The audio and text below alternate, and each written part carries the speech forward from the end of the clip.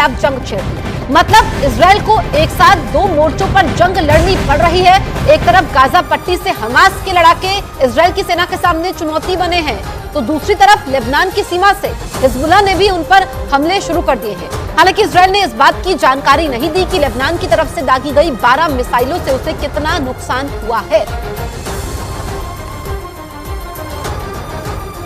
Hezbollah ने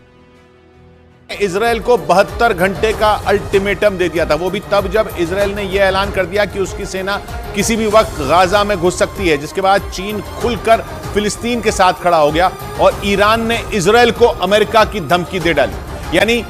दुनिया एक बार फिर भारी तबाही के मुहाने पर खड़ी दिखाई दे रही है। हमास और इजराइल की जंग में दुनिया के कई ताकतवर देशों ने एक दूसरे के खिलाफ खेमेबंदी शुरू कर दी है, क्योंकि हमास से हिसाब बराबर करने पर उतारू इजराइल को अमेरिका और उसके दोस्तों का पूरा समर्थन मिला, जबकि रूस, ईरान और चीन खुलकर फिलिस्तीन के साथ खड़े हो गए,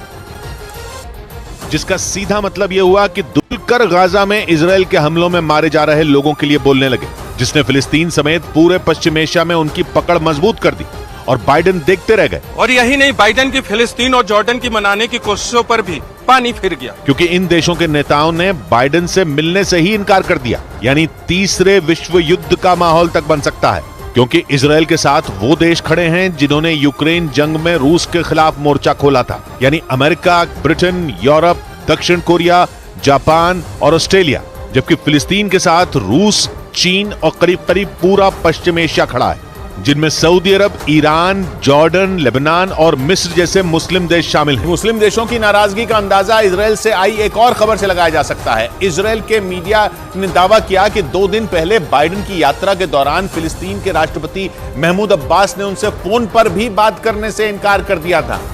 बाइडेन 2 दिन पहले इजराइल के दौरे पर गए थे,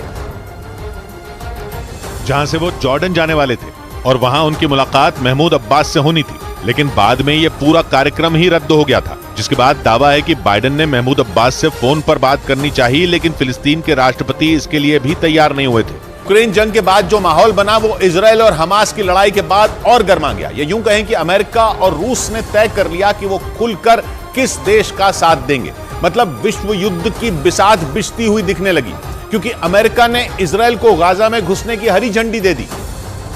जबकि वो ये जानता है कि इजराइल के गाजा में घुसते ही ऐसा विनाश हो सकता है जैसा किसी ने सोचा भी नहीं होगा। लेकिन अमेरिका की मजबूरी यह है कि वो इजराइल जैसा पक्का दोस्त गवा नहीं सकता, और इसीलिए वो मुस्लिम देशों की नाराजगी की कीमत पर इजराइल के साथ खड़ा है और हमास के खात्मे में इजराइल के साथ कदम से कदम मिलाकर चलने के लिए तैयार है, जिसका नतीजा ये हुआ कि इजराइल और हमास की जंग में इजराइल, अमेरिका, ब्रिटेन, यूरोप, दक्षिण कोरिया, जापान और ऑस्ट्रेलिया जैसे ताकतवर देशों का खेमा तैयार हो गया, जो सऊदी अरब, मिस्र, तुर्की, लेबनान, ईरान, पाकिस्तान, रूस और चीन के सामने खड़े हैं। यानी अमेरिका के खिलाफ बोलने वाले देशों में मुस्लिम देश तुर्की भी शामिल है, जबकि नेटो में तुर्की अमेरिका के साथ है। इजराइल और हमास की जंग में वो अमेरिका के दोस्त इजराइल के खिलाफ खड़ा है। हालत यह हो गई कि इजराइल ने तुर्की से अपने लोगों को निकालना तक शुरू कर दिया, क्योंकि हमास के खिलाफ उसकी जंग यहूदियों और मुस्लिम देशों की जंग में बदलती दिख रही है। क्योंकि इजराइल और अमेरिका के खिलाफ खड़े ईरान और सऊदी अरब के बीच सारा झगड़ा ही शिया और सुन्नी मुसलमानों का था, लेकिन जैसे ही बात इजराइल से लड़ने की आई, बाजी पलट गई और ईरान और सऊदी अरब एक हो गए और अमेरिका की पश्चिम एशिया में पकड़ ढीली पड़ती दिखी, क्योंकि आज की तारीख में पश्चिम एशिया में उसका केवल एक ही दोस्त है और वो दोस्त इजराइल है, जो हर तरफ से मुस्लिम देशों से घिरा है, क्योंकि इजराइल की सीमाएं मिस्र, जॉर्डन, सीरिया, लेबनान और फिलिस्तीन जैसे देशों से लगी हैं और ये सभी देश मुस्लिम हैं, जहां अमेरिका का किसी न किसी तरह से दखल है। यहां से वो पश्चिम एशिया में ईरान को पैर फैलाने से रोक रहा है, लेकिन हमास और इजराइल की जंग के दौरान ईरान ने अमेरिका और इजराइल के खिलाफ ऐसा माहौल बनाया कि अमेरिका की पश्चिम एशिया में सालों पुरानी पकड़ कमजोर पड़ गई,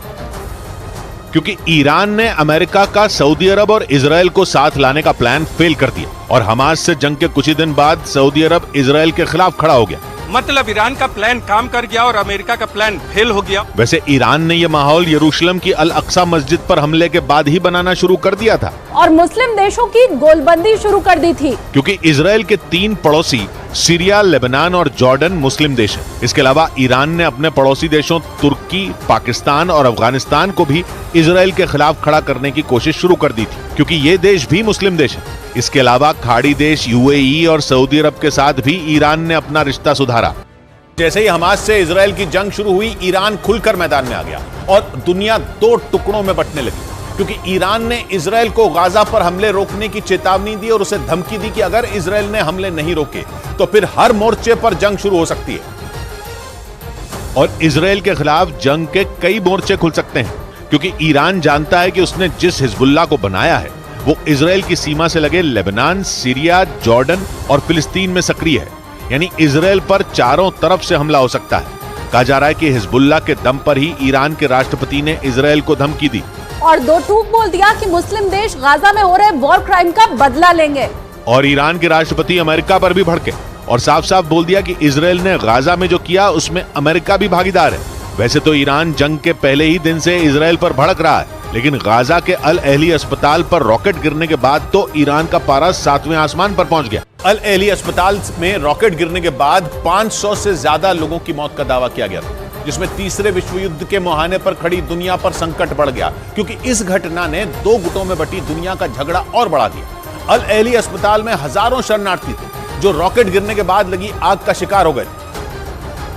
जिसके बाद फिलिस्तीन ही नहीं, ईरान, जॉर्डन, लेबनान और सऊदी अरब जैसे देश इजराइल पर भड़क गए थे, क्योंकि उनका कहना था कि अल अहली अस्पताल पर इजराइल का ही रॉकेट गिरा था, जबकि इजराइल ने एक वीडियो जारी करके दो टूक बोल दिया कि अस्पताल पर फिलिस्तीन की मिसाइल गिरी थी, जिसका टारगेट इजराइल था, लेकिन मिसाइल मिसफायर होकर गाजा के ही अस्पताल पर गिर गई। ईरान को अमेरिका पर निशाना साधने का मौका इसलिए भी मिला क्योंकि अस्पताल पर रॉकेट बाइडेन के इजराइल दौरे से कुछ घंटे पहले ही गिरा और बाइडेन ने इसके लिए इजराइल को जिम्मेदार नहीं ठहराया। और इसी बात से पश्चिम एशिया में अमेरिका के खिलाफ माहौल इतना बिगड़ गया कि जॉर्डन और फिलिस्तीन ने बाइडेन से मुलाकात ही कैंसिल कर दी। यानी ईरान की पश्चिम एशिया में अमेरिका को कमजोर करने की मुहिम रंग लाती दिखी। उसने रूस और चीन की पश्चिम एशिया में एंट्री को आसान कर दिया और उनकी अमेरिका समेत पश्चिमी देशों को घेरने की रणनीति कामयाब होती दिखी। हमास और इजराइल की जंग के बीच पश्चिम एशिया पहुंचे चीन के राजदूत ने खुलकर फिलिस्तीन के समर्थन में बयान दे दिया और गाजा में मारे जा रहे फिलिस्तीन के नागरिकों के साथ खड़ा हो गया,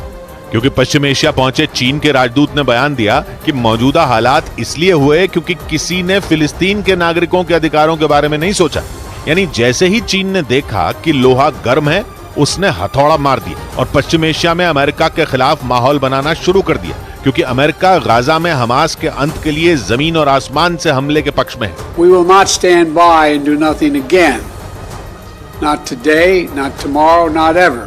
जबकि अमेरिका और इजराइल दोनों जानते हैं कि गाजा में केवल हमास के लड़ाकों की ही नहीं, आम लोगों की भी मौत हो रही है, क्योंकि हमास के ठिकाने रिहायशी इलाकों में हैं, जिन पर इजराइल की मिसाइलें गिरते ही आसपास जबरदस्त बर्बादी होती है। आम लोगों की भी जान चली गई, जिसके बाद पश्चिम एशिया के मुस्लिम देश इजराइल और अमेरिका दोनों पर बरस पड़े। यानी चीन पश्चिम एशिया में जो करना चाहता था वो उसमें कामयाब होता नजर आया,